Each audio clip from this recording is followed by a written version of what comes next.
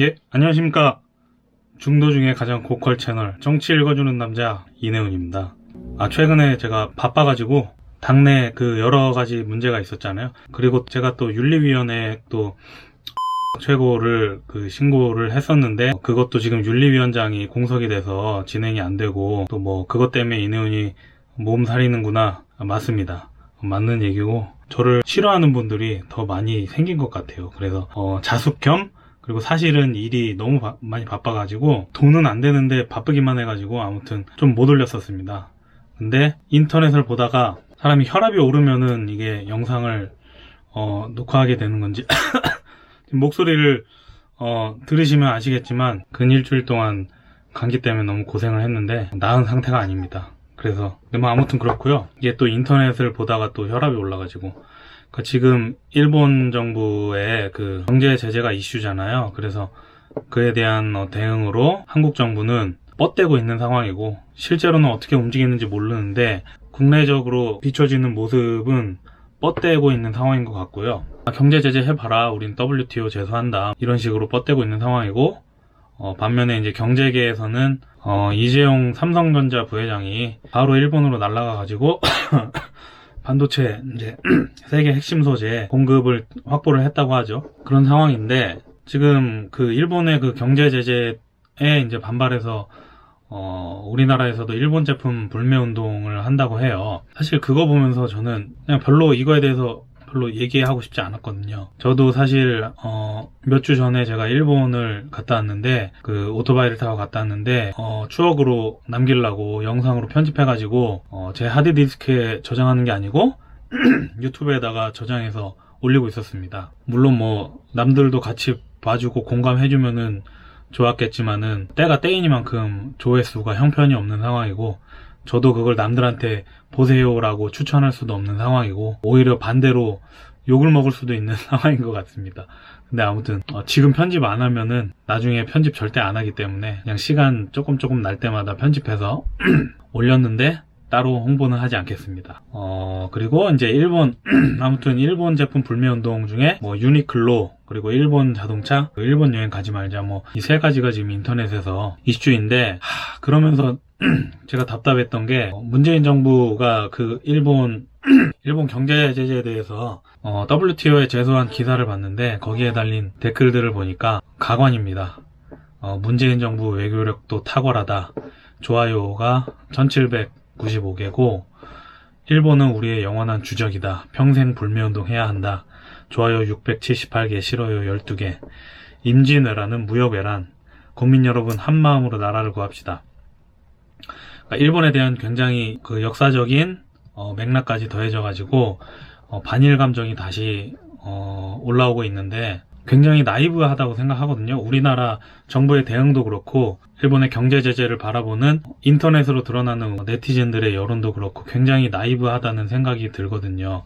왜냐하면 일단은 제가 쉽게 찾을 수 있는 공개된 자료에 의한 바에 따르면은 일본이 이제 주로 이제 해외에 수출하는 10개 품목이 있는데 이 중에서 비중 있는 것들을 보면은 이제 1위가 자동차, 2위가 종류에 따라 분류되지 않은 상품 및 거래라고 되어 있는데 이게 정확히 뭔지 모르겠어요. 근데 이게 유니클로가 포함되어 있을 수도 있는데 일단은 넘어가겠습니다. 3위가 자동차 부품 및 부속, 4위가 전자집적 회로, 5위가 이제 반도체 덩어리 또는 반도체 장치 등 아마 4, 5위가 이제 그 우리나라의 주요 수출품인 반도체의 구성품인 것 같아요. 6위가 유람선, 페리보트, 화물선 등이고 7위가 불도저, 뭐 레벨러, 스크레이퍼, 기계, 삽, 굴삭기 뭐 이런 공업용 기계.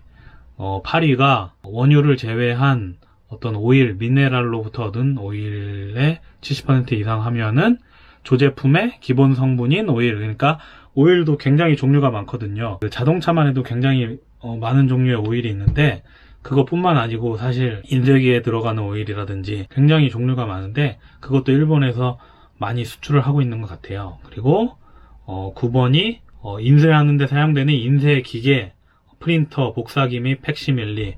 10번이 10위가 화물운송 차량입니다.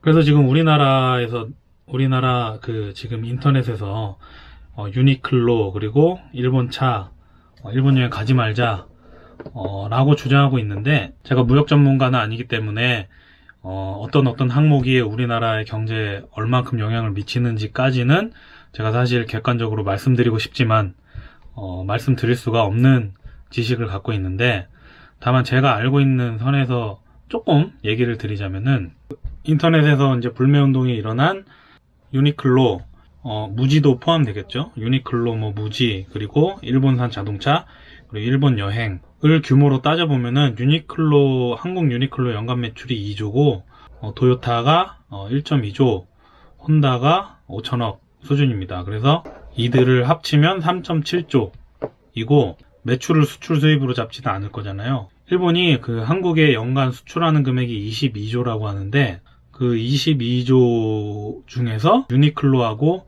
그리고 도요타, 혼다 자동차의 비중이 아마 크지는 않을 겁니다. 더군다나 이 수입 금액 중에는 일단 한국인들이 일본 가서 쓰는 비용은 빠져 있죠. 왜냐하면 그거는 이제 내수로 잡힐 테니까. 무지는 그렇게 매출 규모가 크지 않은 걸로 알고 있고, 요즘에 일본차 그 수요가 늘어났다고는 하는데 길거리에서 일본차를 쉽게 볼 수 있는 상황은 아니죠. 유니클로나 아니면 일본 자동차의 매출량을 따져도 일본이 한국에 수출하는 상품 중에서 그렇게 규모가 크다고 볼 수가 없습니다. 그러면 도대체 일본은 뭐를 수출하냐?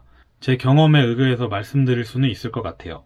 제가 만화책을 출판을 했잖아요. 제가 그 1인 출판을 하고 있는데, 제 책을 출판하는 것뿐만 아니고 이제 외주에서 부탁 들어온 어떤 행사용 책이라든가 그런 것들도 출판을 하거든요. 그래서 이런저런 인쇄소를 다녔는데, 큰 인쇄소를 가든 작은 인쇄소를 가든 일단 인쇄소의 그 재산은, 가장 큰 재산은 인쇄기잖아요.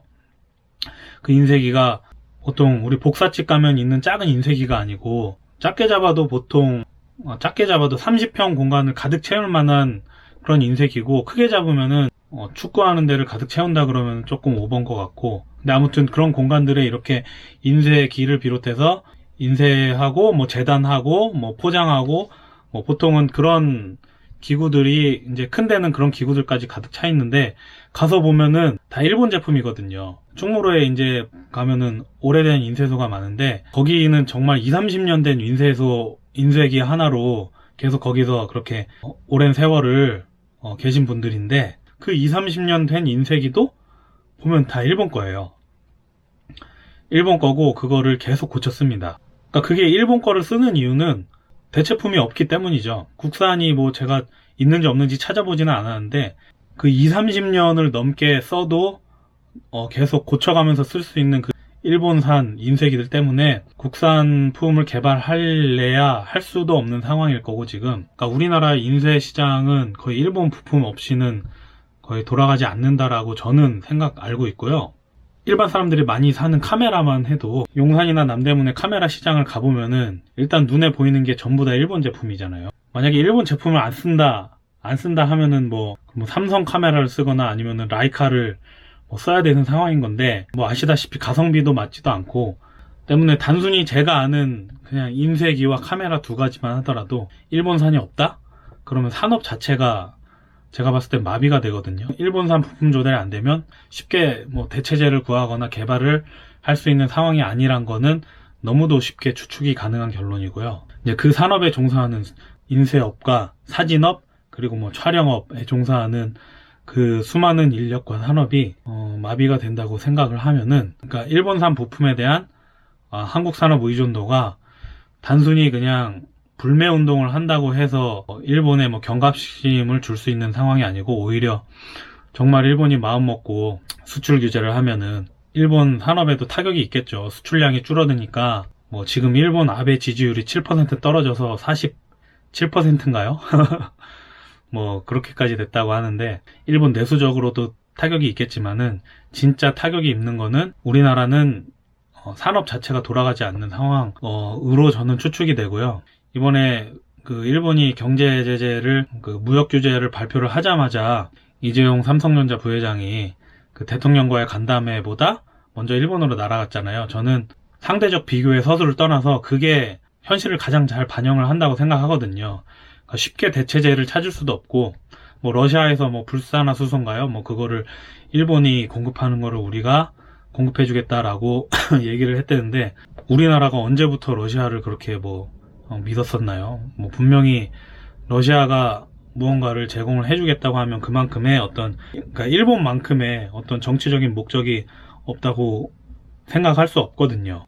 그리고 그게 정말 산업에 당장 적용할 수 있는지 없는지를 검증하는 데만도 2달이 넘게 걸린다 그러고, 아마 그 아베가 이번에 그 오사카 회의에서 문재인 대통령한테 인사도 쌀쌀 맞게 했잖아요. 일본에 대한 칭찬이 아니고, 일본 애들이 되게 꼼꼼하고 치밀하게 준비하거든요. 항상 보면은 이번 무역 규제도 한국에서 반일 감정이 생기고, 그로 인해서 어떤 일본 제품 불매 운동이나 일본 관광 금지 운동으로 인해서 일본 내수에 어떤 영향이 있고, 그걸로 인해서 아베 정권에 타격을 입는 것까지 제가 봤을 때는 어느 정도 다 행동 범위에 넣은 다음에 행동을 하지 않았을까.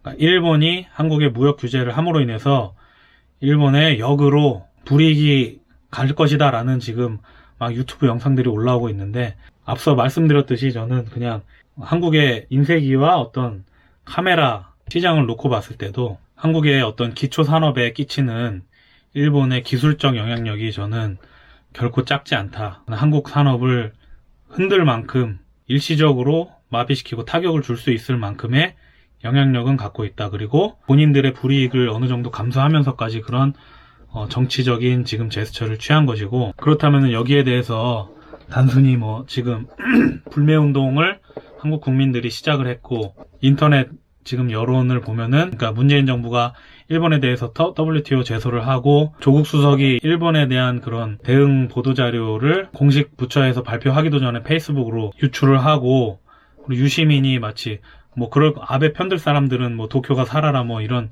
발언을 했다 그러죠.